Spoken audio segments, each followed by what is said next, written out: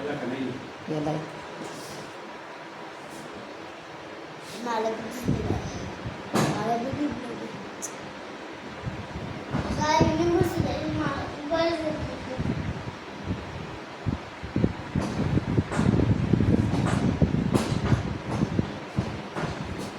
विद्यार्थी मित्रांनो, आपण आपल्या आयुष्यात जगताना वेगवेगळ्या नात्यांशी आपण बांधील असतो किंवा वेगवेगळ्या नात्यांपासूनच आपण आपले जीवन जगत असतो. मग आपण आजूबाजूला विविध नाते बघतो आणि या नात्यामुळेच आपण आपला जो जीवनापासून मृत्यूपर्यंतचा जो प्रवास आहे तो आपण सुखकर आणि पूर्ण करत असतो. सांगा बघ विद्यार्थी मित्रांनो, तुम्हाला कोणकोणती नात्यांची माहिती आहे? बरोबर, मावशी, काका, आजी, आजोबा, आई, वडील, दादा, भाऊ, बहीण ही आपली स्वतःचे दुसऱ्या सोबत असलेले नाते, कधी कुटुंबात असेल तर बाहेर सुद्धा आपले वेगवेगळे नाते असतात. तर आज आपण इयत्ता 9वी मराठी या विषयातील गद्य घटकातील नात्यांची घट्टवी मीरा शिंदे हा पाठ बघणार आहोत आणि याचा अभ्यास आज आपण करणार आहोत. सर्वप्रथम मी मीरा शिंदे यांचा परिचय हा वाचतोय, सर्वांनी लक्षपूर्वक ऐकायचं. मीरा शिंदे विविध नियतकालिकांमधून व मासिकातून कथा कवितांचे लेखन करतात. प्रत्येक माणूस हा अनेक नात्यांनी परस्परांशी गुंतलेला असतो. जन्मापासून सुरू झालेला हा नात्यांचा प्रवास अखेरपर्यंत चालूच राहतो. एवढी नात्यांची घट्टही असते. प्रस्तुत पाठात लेखिका नात्यांचे सहज व परिणामकारक वर्णन केले आहे. प्रस्तुत पाठ आबा 2010 या मासिकातून घेतला. हा मीरा शिंदे यांचा परिचय होता. त्यानंतर आपण आपल्या पाठाकडे वळणार आहोत. सगळ्यांनी लक्षपूर्वक ऐकायचं आहे.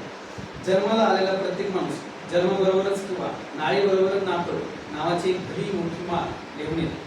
ज्या माळेत नाते नामक मणी एकामागोमाग एक ओवलेले असतात. हे मोठी मग एक सुंदर विण गुंफत जातात. आपल्या सर्वांभोवती नकळत विणली जाणारी आणि भेटणाऱ्या प्रत्येक नात्याने अधिकाधिक मजबूत होत जाणारी ही नात्यांची विण प्रत्येकाभोवती गुंफली जाते. नात्याला एक एक नाव देत ते जवळीक साधतात. आज अगदी स्वकीय होऊन जातात, तर कधी कधी परक्याप्रमाणेही वागतात.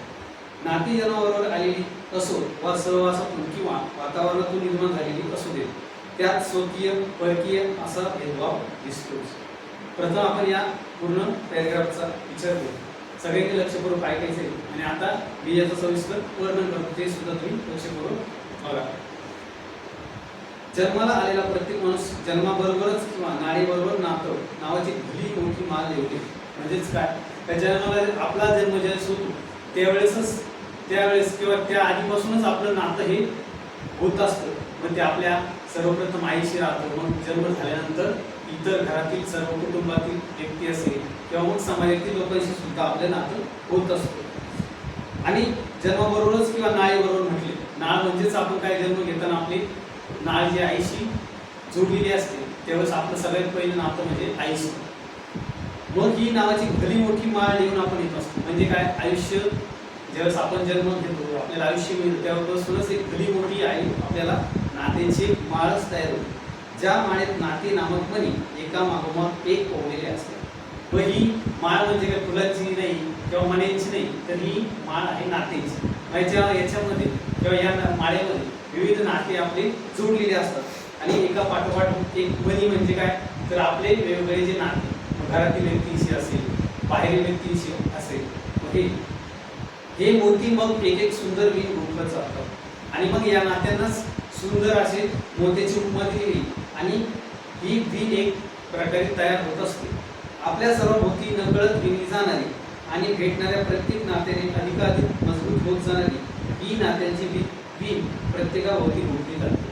आणि मग हळूहळू आपण प्रत्येकाशी ही आपली जी नात्यांची गुंफण आहे ती तयार करत असतो आणि आपण ती अधिकाधिक मजबूत करत असतो. म्हणजे काय, आपले नाते अजून घट्ट बनवत चालतो.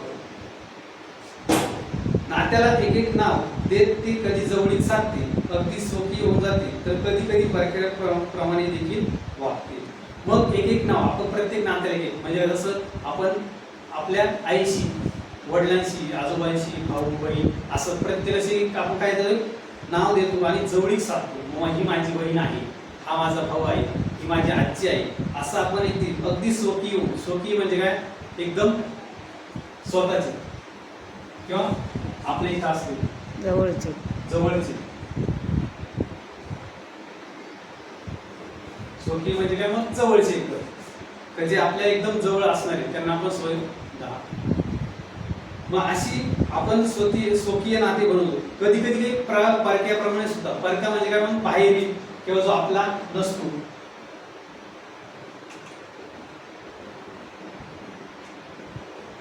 परक्याप्रमाणे म्हणजे मग बाहेरील, जसं काय आपला तो ओळखीचा नसल्यावानी किंवा आपला जवळचा नातेमध्ये नसलेला, असे सुद्धा कधी कधी परक्याप्रमाणे नाते वागत असतात.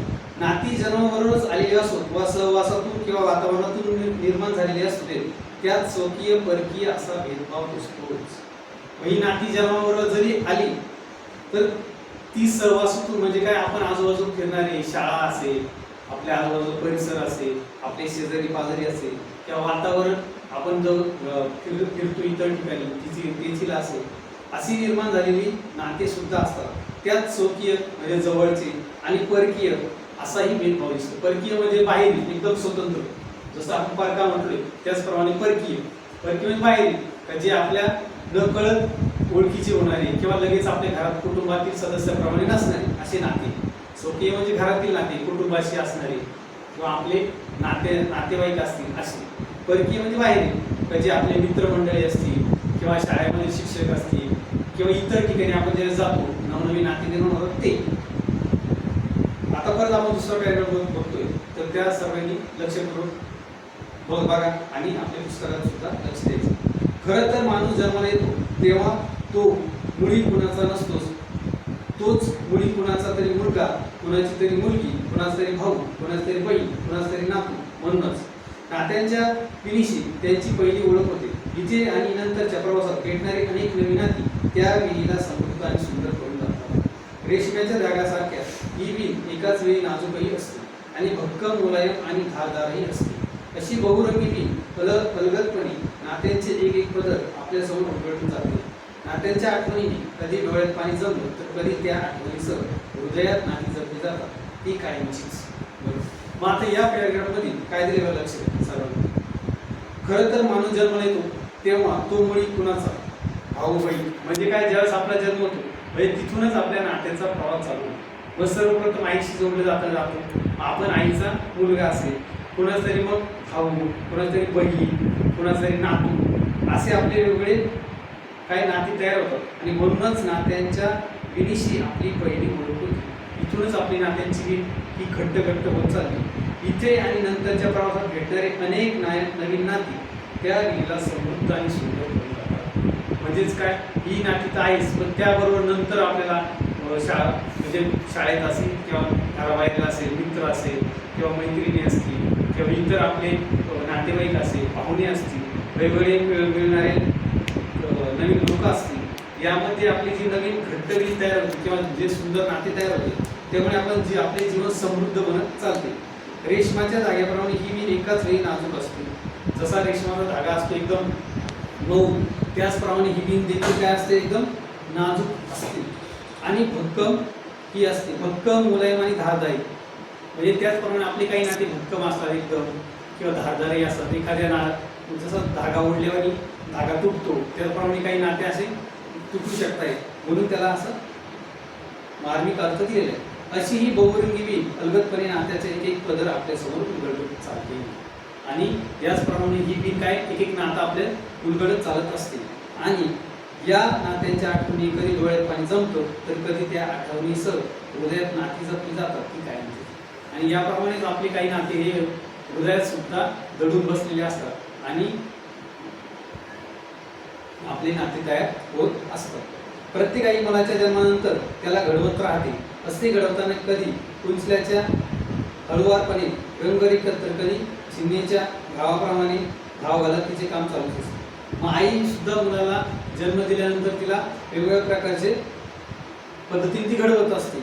असे घडवताना कधी कुंचल्याच्या हळुवारपणे रंगरीकत तर कधी चिमणीचे कठोरपणे घाव म्हणजे काय, कधी प्रेमळ स्वभाव, कधी कठोर, कधी एकदम हृदयस्पर्शी, कधी प्रेमाने, आपुलकीने, अशा प्रत्येक प्रकारे आई आपल्याला घडवण्याचा प्रयत्न करत